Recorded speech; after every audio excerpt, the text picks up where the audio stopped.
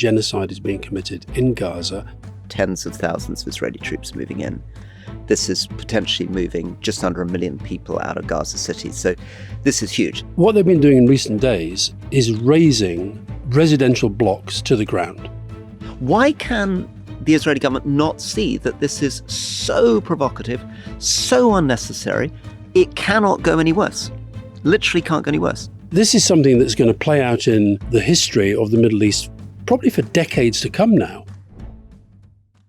This episode is powered by Fuse Energy. Fuse are currently one of the fastest growing energy suppliers in the UK. And this September, they're raising the stakes. Anyone who's on the fixed tariff on the 5th of October will be eligible for a chance to win £20,000 in cash. The average household could save around £200 by switching to Fuse today.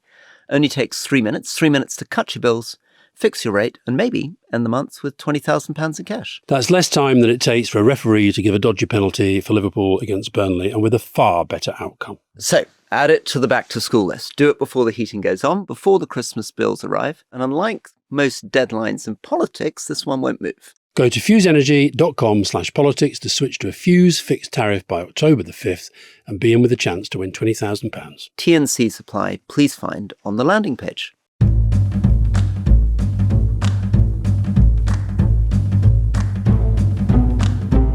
Hi, it's Rory. Before we start the show, we just wanted to let you know that this is an episode which contains discussion of suicide, rape, and sexual violence. Welcome to the Rest is Politics Question Time with me, Alastair Campbell. And with me, Rory Stewart. And our first question is from Denise Williams. The UN's just confirmed that Israel's committing genocide in Gaza. Israel's already denied this, calling it distorted and false. What's the point of these UN inquiries, and how does this all work, given that Israel has now just launched its major military operation into Gaza? Well, there's a lot to unbundle in that. I mean, I think the UN, I mean, you've said many times, Antonio Guterres, the head of the UN, has been declared persona non grata. The line now on any criticism of anything the Israeli government does seems to me to be, this is anti-Semitic and you are all proxies for Hamas, no matter who or what is doing the saying. But I think, and ultimately, the judgment as to whether it's genocide will be a matter for an international court further down the track. So I think this is probably the United Nations putting down a marker. I think they had their top investigative team on it. Others are basically saying, even if they don't go as far as genocide, they think that multiple war crimes have been and continue to be committed. And of course, as you say, it's happening on the day when you're seeing this. They've been talking about it for some time, but absolute move against Gaza City. Hundreds of thousands of people on the move again. And basically the biggest operation I think we've seen for a very long time now. I mean, this is now divisions of troops moving in. These are tens of thousands of Israeli troops moving in. This is potentially moving just under 1 million people out of Gaza City. So this is huge. This is probably the biggest operation they've put together in 18 months. This is since shortly after the October the 7th attacks. So this is a massive escalation. And of course, the Israeli chief of the army staff argued that it was a waste of time. It made no strategic sense. So the military is doing it basically reluctantly because they're under orders. Mm-hmm. To do it without really believing they're going to be able to win the war in this way. And that this whole idea that Netanyahu keeps selling to the world, and that he seems to have sold to Marco Rubio, who's just been in Israel, that they can win the war once and for all by continuing these operations, the army doubts. And I think most mainstream political opinion, security opinion in Israel now doubts that you can win a war, even if they're very supportive of Israel, very, very anti-Hamas. This idea that there is a victory that you can get, that you can somehow eliminate every last person and end the thing, very few people seem to believe outside Netanyahu's cabinet. And there were people outside Netanyahu's house last night, or where Netanyahu lives, protesting on behalf of the remaining living hostages, because they basically say that they are now really at risk. Because what's happened is that right through this thing, we've had the Israelis taking military action on this target, that target, this target, that target, and always saying that this was because there was a Hamas this or a Hamas that. What they've been doing in recent days is razing residential blocks to the ground and saying this is where Hamas intelligence was run. This is where Hamas, this outfit was run. And the limited remaining number of journalists who are on the ground and who are not dead are interviewing people coming out of these buildings, some of them who've already moved several times. I mean, they could be Hamas, but they can't all be Hamas. And what they're doing, the trouble is, I think that they're radicalizing a new generation in a way that ultimately is going to damage Israel. I had a long conversation with an Israeli friend who came to see me very, very hurt listening to the podcast because he feels that we're not talking enough about how evil Hamas is. We're not talking enough about Hamas using civilians as human shields. He feels that we are not acknowledging the trauma of Israelis. And he was asking me, what can an Israeli government do to improve its reputation in the world? And I was saying what I increasingly feel, which is that it's so difficult now to defend.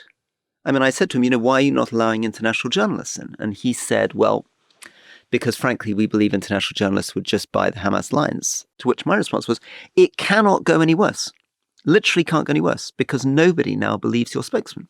Because you're saying this was a Hamas thing, and it turns out there's a shallow grave, and ambulance men have been killed and put in a shallow grave, and you're saying these are Hamas fighters. So you can't. And then he went on to say that to defend the attack on Qatar that we covered last week, saying, well, what do you expect? This is just the same as the Americans killing Osama bin Laden. And again, I said, it's nothing like the Americans killing Osama bin Laden. Osama bin Laden was the most famous terrorist in the world, who they had been chasing for 15 years, and they'd been working with the Pakistan ISI in order to catch him. And in this case, who can even name who these Hamas leaders were that they were trying to kill and what was the purpose? And again, he said, well, there were two reasons we did it. Number one, because we believe that negotiations are a complete waste of time. Hamas is not serious about peace deals and negotiations, so we might as well kill them anyway. And number two, it will encourage them to negotiate. And again, I was saying, but these two arguments don't hold together. And in the process, and my final point, they are alienating now UAE, for example. So the United Arab Emirates was the only Arab country that's been pretty supportive under the surface of what Israel's doing. It signed the Abraham Accords with them. It's tried to make all these trade deals. By attacking Qatar, you had an immediate, not just a statement, but you had Mohammed bin Zayed, MBZ from UAE, flying directly to Doha to embrace the Qatari emir, who had been his adversary not very long ago. The whole Gulf now thinking, whoa, who's next? We thought we were countries which were strong allies of the US. We have had cordial relationships with the Israelis. We've been hosting negotiations between Israel and Hamas. And now you're firing missiles into our territory. Why can the Israeli government not see that this is so provocative, so unnecessary, achieves nothing tactically? How does Netanyahu even think about the cost-benefit analysis of what they were doing in Qatar? What do you hope to achieve, given all that he loses in terms of international reputation, international support? I mean, look, I think he went well past worrying about that some time ago, other than as it relates to the United States. And of course, what you saw with the Marco Rubio visit was almost like a kind of, I mean, at the time it looked like the two of them were on holiday together. They go and visit this and visit that, and all very, very friendly and so forth. And of course, he thinks that he basically thinks that Trump is never going to haul him in. Which is correct, and that's true. Which is probably true. Which is what Putin thinks too. I mean, the two countries that seem to have complete immunity at the moment are Russia and Israel, as far as the US is concerned. They are their two unbreakable allies. Anyone else, Canada, Mexico, the European Union, Japan, South Korea, India, can be Australia. Oh, poor old Albanese can't even get in to see Trump, whereas Netanyahu 7 months in. Yeah. Still hasn't had a meeting. Yeah. And then the other thing, we had James Elder from UNICEF on Leading recently, and I had a series of meetings this week with people from the United Nations, the World Food Programme, and they were echoing what James said, that they have never, ever, ever seen anything quite as bad and quite as difficult as Gaza. When there was the ceasefire, they were able to get, I mean, we'll put the stats in the newsletter, but they were able to get a lot of people fed. But since then, it is being made more and more difficult. verging on impossible. Added to which, when they do get stuff in, unsurprisingly, their lorries, their trucks are being attacked, and essentially it's young men now are about the only people who are fit enough, healthy enough to get in there and actually take this stuff off. And I thought the other really interesting thing in the United Nations report was that, to their eyes, they've decided in the terms of the 1948 genocide conviction, genocide is being committed in Gaza, other war crimes are being committed, and they basically say the rest of the international community, they were pointing out this clause that is about other countries being complicit if they do not do everything they can to prevent a genocide. And so this is something that's going to play out in the history of the Middle East, probably for decades to come now.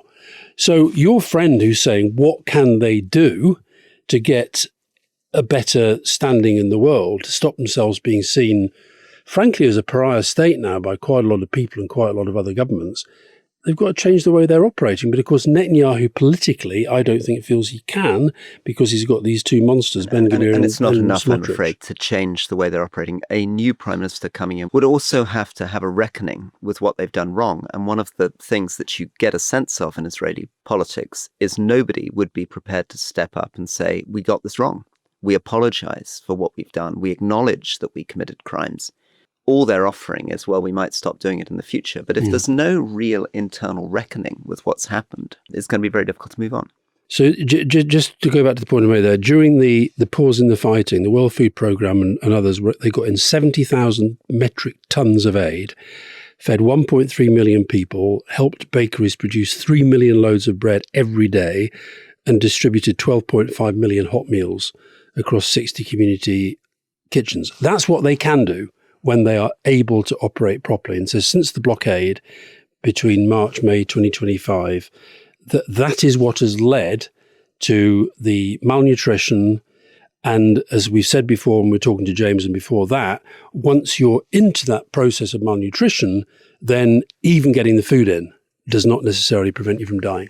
Okay, now we've had a lot of questions about what I think is probably the biggest news story almost of the last few months, which is Nepal, where there has been basically a revolution.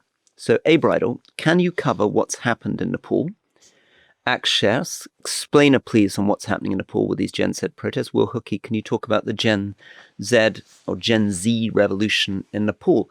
So, Nepal, Himalayan country, 30 million people, predominantly Hindus, stuck there between India and Chinese Tibet.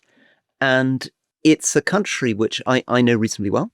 I walked across Nepal in 2000, 2001. And what I saw then was a Maoist insurgency. I was being stopped all the time by often 12, 13-year-old boys with automatic weapons at checkpoints. I was on my way to visit another man who'd been at school with me called Prince Dipendra of Nepal. And I was going to go and stay with him. And before I turned up, he tied a bandana around his head and shot his father, his mother, his brother, and then himself. Was briefly crowned king while he lay in a coma for a few hours before he died. He was at school with you? Yeah. And Danny Kruger? Yeah, he was in the karate team with me. Yeah, that was how I knew him. Yeah. He was quite violent, I felt, when we were in the karate team together. But I had no idea that he was actually going to turn into It was very strange. So this semi-absolute monarchy in Nepal, a bit variation, it got a bit more constitutional towards the end, was brought down essentially in a mass shooting by the Crown Prince, who... And what was his political motivation?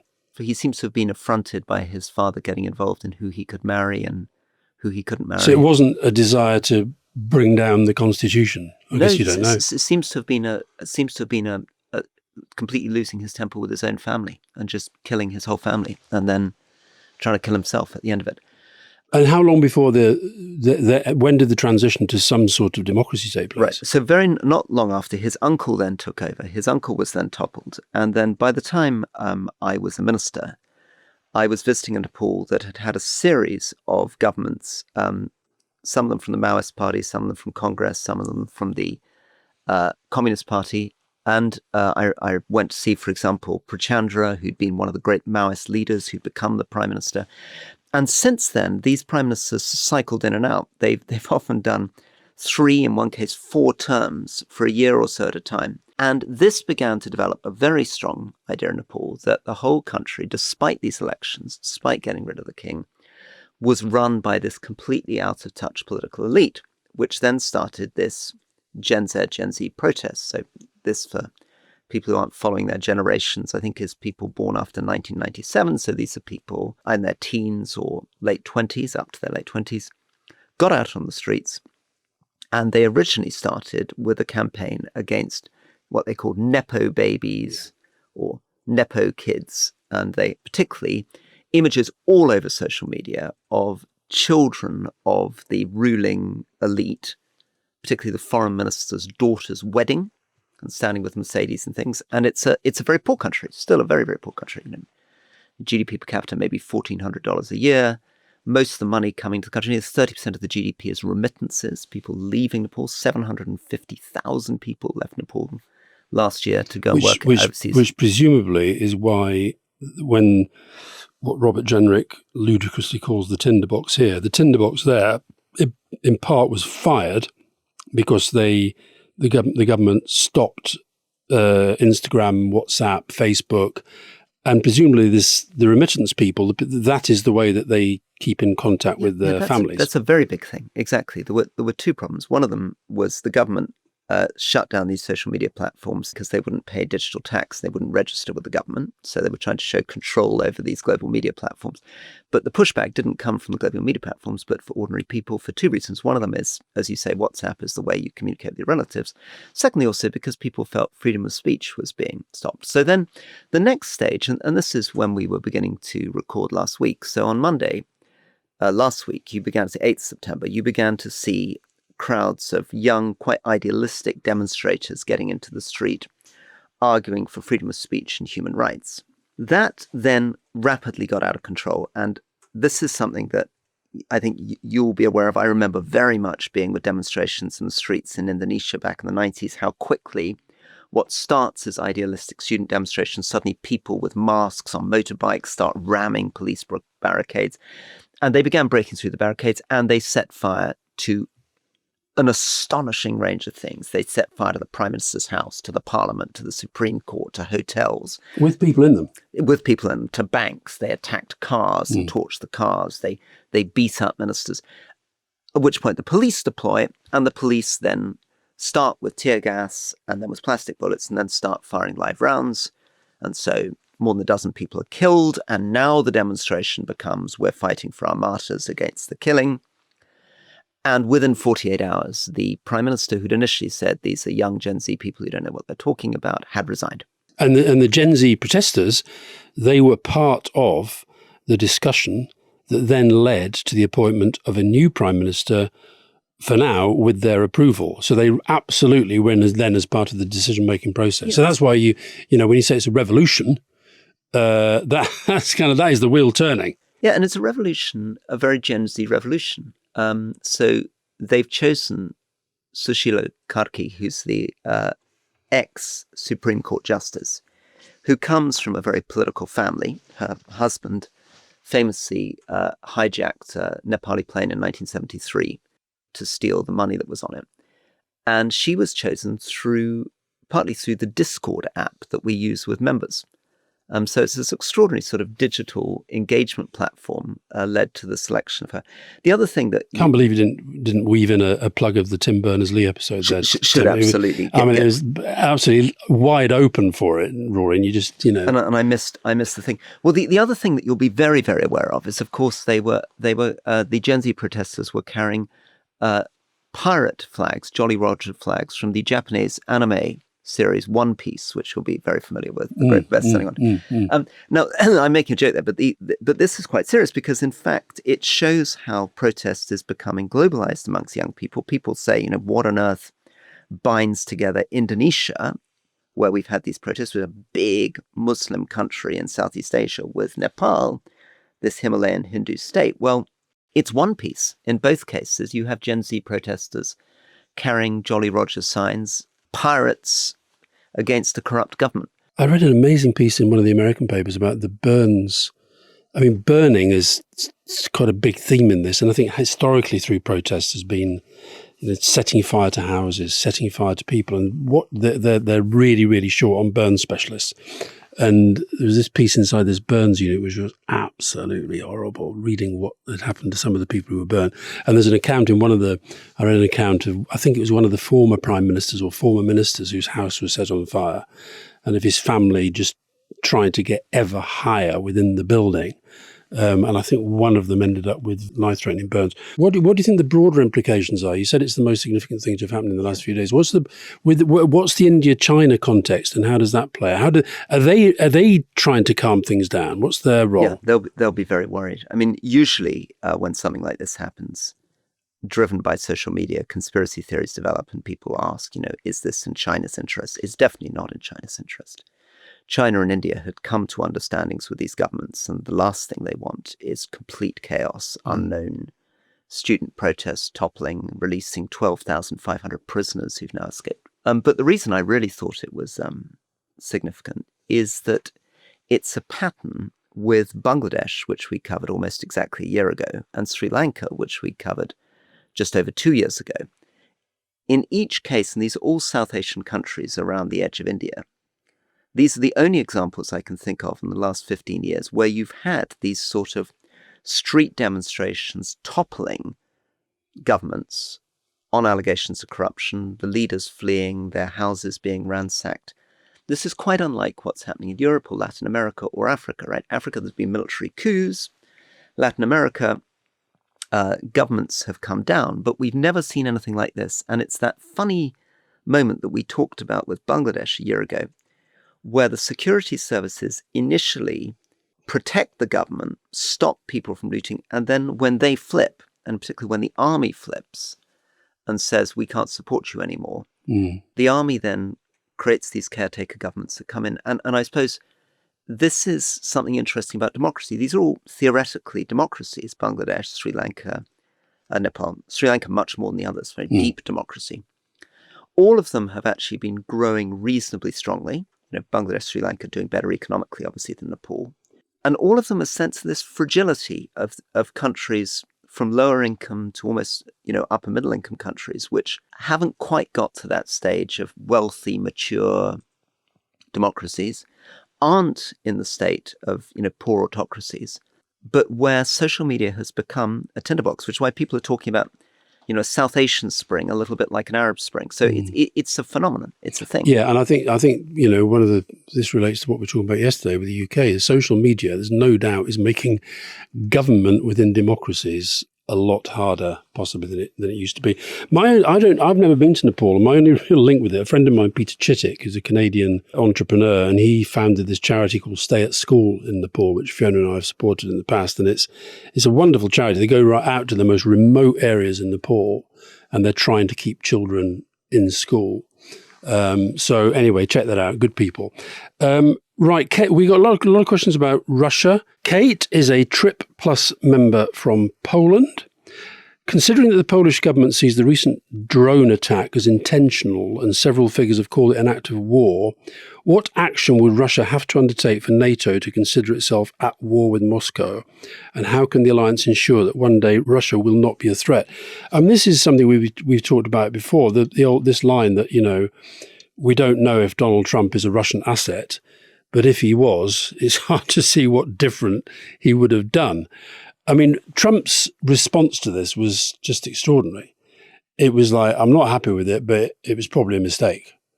When you look at the map of where these drones were going and the extent to which the Poles, with the help of the Dutch and others, were sort of bringing them down, very, very hard to see that it's a mistake. And then you had the same in Romania. And I think the obvious thing is that this is Putin testing NATO, and he'll be looking at this and thinking, well, they didn't pass that test very well. This is a return to the conversation around Qatar. So if you're one of America's allies and somebody does something to you, Trump's tendency is to say, well, I'm not very happy with this, but he never follows through. So if you're Qatar, you're sitting there. Well, hold on a minute. What do you mean by allies? I mean, do you include, is Canada an ally? Is Denmark an ally? Right. Right. So you mean the new allies? You mean the Russia, Israel? No. I meant it the other way around. I mean, if you're Europe, old Europe, or you're Qatar, and you get attacked by Russia or Israel, and you think, because you're Europe or Qatar, you're an American ally, what happens is Trump will say, well, I'm not very happy with this. Qatar would have been expecting much more, right? They would have been expecting Rubio to demonstrate in his trip to Israel the anger. Poland would have been expecting Trump to really speak out. And then that flips it around to your point, which is, what is it that then leads Netanyahu or Putin to really push the envelope, to do increasingly provocative things? You would have thought, if you were Putin, that there's not much to be gained. I mean, he's got Trump where he wants him. Why poke the bear? Why take the risk? They all want to prove now they can do anything. They want to prove they have total immunity and there's nothing that can stop them doing it. And the other thing that related to the drones is that some of them came from Belarus. And what did he do last week in relation to Belarus? Lifted sanctions on the Belarus airline, Belavia. This is also the extraordinary media manipulation that Trump brings in to bear now. He's now running a story which is being loyally reported by some of the British press as though it makes sense, that he's done enough on Putin and Russia and sanctions, and it's time for Europe to step up. You know, we now need to impose 100% tariffs against China, incidentally, which would shatter the European economies. Right? The European economies are exposed to China in a way the US is not remotely. Trump hasn't done it. Right? Trump backed down. You remember he blinked on China, dropped the tariffs down, but he's telling us to put 100% tariffs on China. He's cut, knowing that we won't. He's cut the funding for the Baltic. He's signaled that he's cutting all support for Ukraine funding. He's cutting support for NATO. He's making us spend 5% of GDP. He's making us step up in all these ways. And then his story, which is being reported in British newspapers, I, Trump, have done enough. It's time for Europe to step up and do 100% sanctions. We talked last week about the way that some of this is framed by our media. So the Truth Post Social that you're referring to, essentially the headline in most of our media was Trump threatens Putin with sanctions. Read on, as you say, and the big if is provided that Europe puts these 50 to 100% sanctions on China, which, as you say, is not going to happen. Where he's got a point, by the way, is I think that Europe has talked a better game than it's delivered in maybe weaning itself off all of the Russian energy stuff. Yep.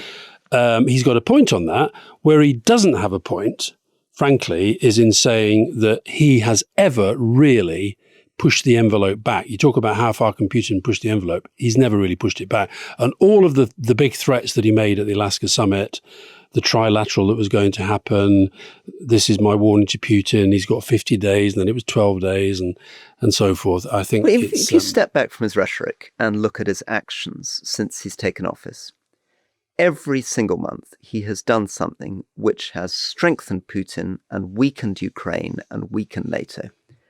Every action he's taken, and forget his words, every action he's taken has cut American funding, cut American support, cut American deterrence for Europe and Ukraine, and strengthened Putin and Belarus. Yeah. And then he's saying, I've done enough. I mean, it's completely mad. I mean, it would be like, I do less and less and less and less and less and less, and then say, I'm doing so much, it's time you stepped up. But this is kind of industrial scale gaslighting. We're seeing the same on the aftermath of Charlie Kirk's assassination, where, you know, this violence is all on the left, when if you just look at all of the data, that is not true.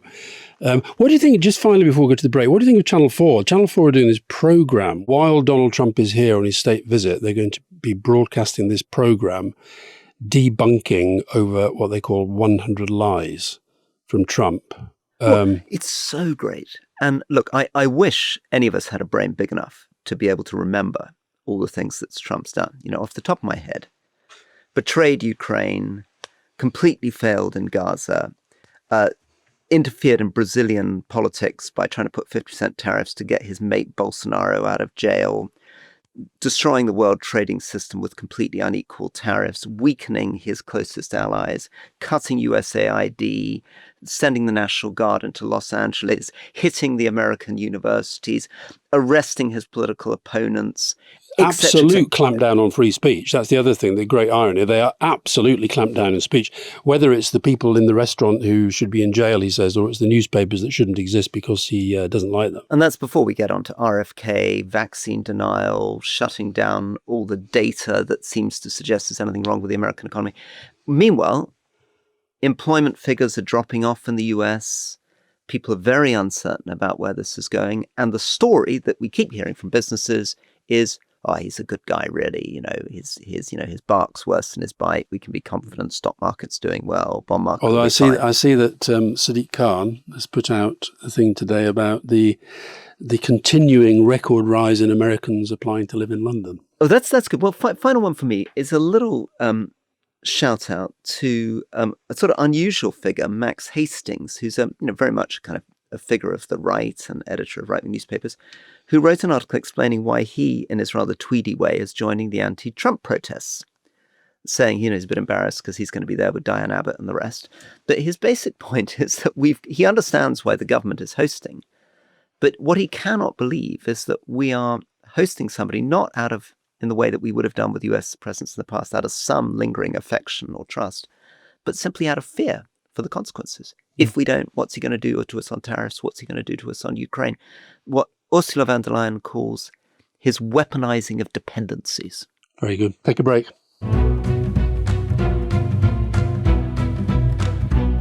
This episode is brought to you by The Week magazine. And I think all of us get a bit of a sense nowadays that we are just completely saturated in news and knee-jerk headlines and clickbait, and generally you end up going down horrible rabbit holes with much more heat than light.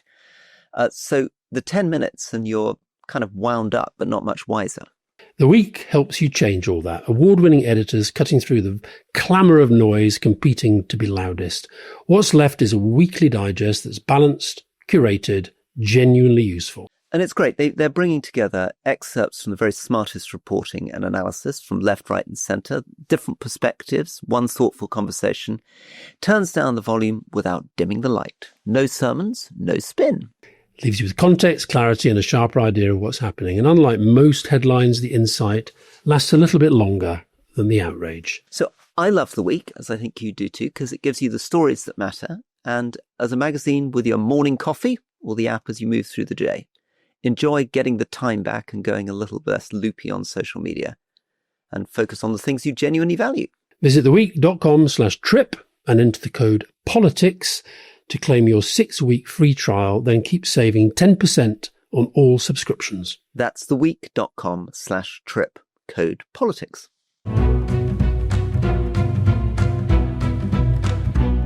Welcome back to the Rest of This Politics Question Time with me, Rory Stewart. And me, Alastair Campbell. Carmen Flint, my daughter is starting university this week, and having read just how high sexual violence rates are during the first few months at university, I'm understandably concerned. We like to think so much has changed, but has it really, given so many women and girls feel so vulnerable?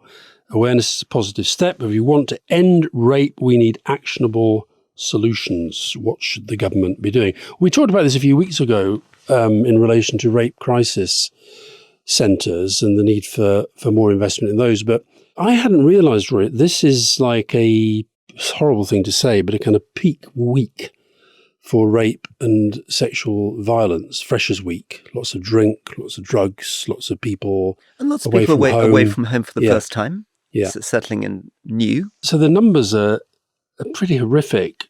I've been talking to people who are running this campaign called Enough, and it's partly awareness, but it's also they have this thing where they give out on university campuses, and not all of them because they're a small charity, but they did one in Bristol, for example, where they're giving out these DNA kits. So if you are sexually assaulted, you can take a swab and you then got it. You've got that. What often happens is when somebody is subject to rape or sexual violence, they don't want to go to the police for reasons which we talked about last time, but then they might go to the police later, by which time no evidence. And then it's kind of he said, she said.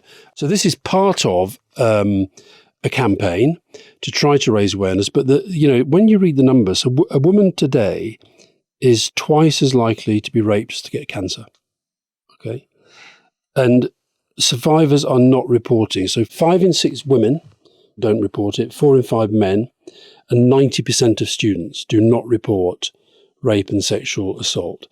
What this campaign also does is it allows people to report it. They can report it, as it were, online. They give an account of it straight away, and then they may or may not, at a later date, take that to the police. And is I mean, this is a really troubling story. Is the sense that this has always been a problem, but people didn't talk about it? Is there a sense that it's getting worse? It's getting better? Is this about, and a lot of this presumably is about education of young men. These numbers are crazy, but presumably, I thought, because the story 5-10 years ago was that young men were now very, very aware of these issues. And I was talking to young teenagers who were saying, they felt very nervous. They weren't really sure how to approach women because they felt that they would get in trouble. But that doesn't seem to be the story at all. It seems to be completely the opposite. It seems to be as though young men are being incredibly aggressive, and things haven't changed very much. I mean, I don't know. I think in answer to the question of things getting better or worse, it may be that there is more reporting of it within women's groups, people going to rape crisis centre and so forth. But, if you're a woman and you're raped and you kind of go online and look at some of this stuff, the figures for punishment, conviction are very, very low.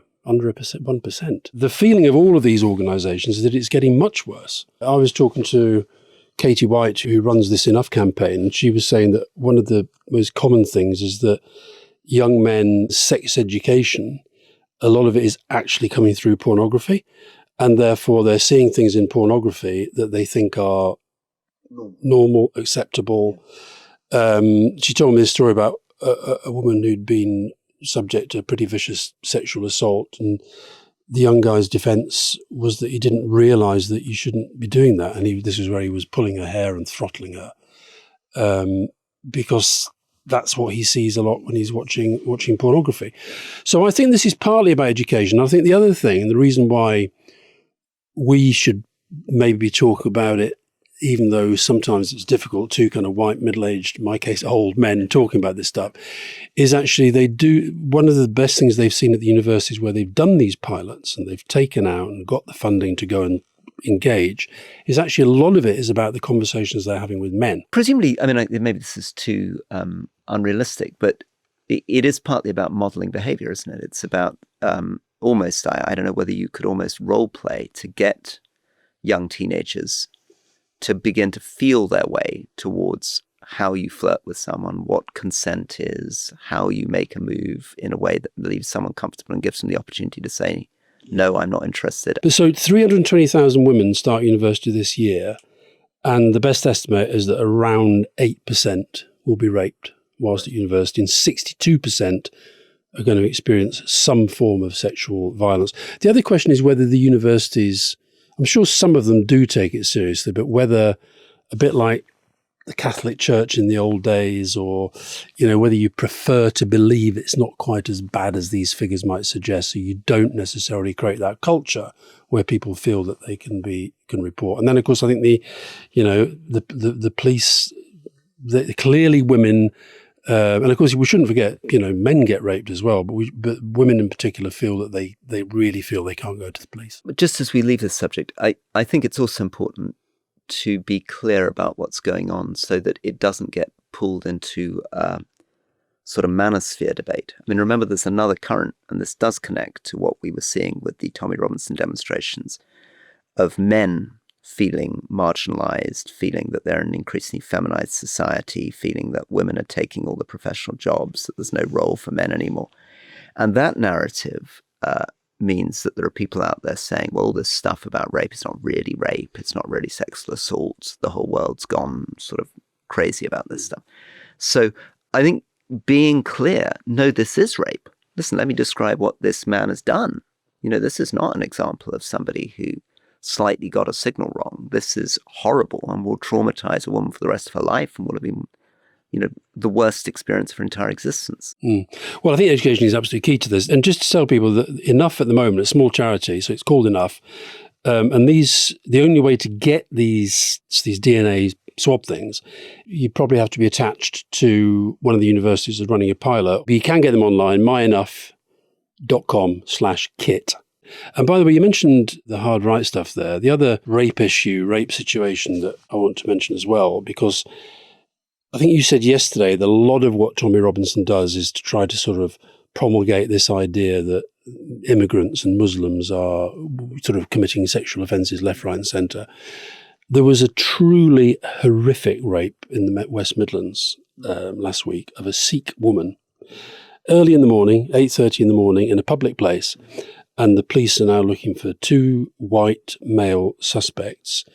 They're saying it was, judging by the way it was done and what was said, that this was racially motivated. And can you imagine in the context of that march that happened at the weekend, if this had been the other way around? And what politicians would be saying, what the generics would be saying. And how much the TikTok narrative we talked about yesterday, which is the idea that a lot of people are angry with Britain because cost of living, inflation. But that other narrative, which is about protecting our women, protecting our daughters, and this incredible thing that the BBC said to Keir Starmer, would you feel safe with your daughter walking past an asylum hostel? Which, 2 years ago, even GB News wouldn't ask a prime minister. I mean, it's a completely insane question. Has become sort of normalized. So, this isn't just intense personal trauma. It's now incredibly political. No, it's been weaponized. Like every other issue, it's been weaponized. Anyway, and of course, the other thing that they're emphasizing is that there can and should. It's shown that there is a deterrence effect if on a university campus people know that these kits are around and that a lot of them have been given out, students have got them, and that a bit like the old days when you knew that the breathalyzer existed, you thought, I better not drink just in case. So maybe that deterrence will be effective as well. I wonder. This is a very sensitive subject, but I don't think it's like breathalyzers. Breathalyzer, the point is that everybody understands that if you have a drink and drive, it's against the law. The problem here is that for whatever reasons, poor education, poor socialization, the kind of stuff that people watch, many of the men committing these things do not think they're raping someone. And therefore, the fact that someone has a rape test kit, I don't think is going to make, I'm afraid, as much difference as the campaigners believe, because the men believe that what they're doing is consensual and enjoyable. When it isn't, it's traumatic and it's horrible and it's rape. But that's the problem. So the drink driving issue is also cultural as well as political, and it took time for attitudes to change. And I think what this is about is trying to change people's attitudes and also to involve men in that debate. And I saw in fact, people go on their website, I saw a really interesting film that they did talking to some of the students, I think it was in Bristol, and some of the blokes who were saying how they hadn't really thought about this in the way that maybe they should. Anyway, all power to their own, but not everybody in the rape crisis world is happy. They think this is not as important as sort of getting the investment to the rape crisis centres. But I think it's a really good, it's a good thing to try to get as fresh as week. When you see the stats, just get people talking about rape, consent, because these are issues that I think, as you say, men maybe are in a not very good place on it.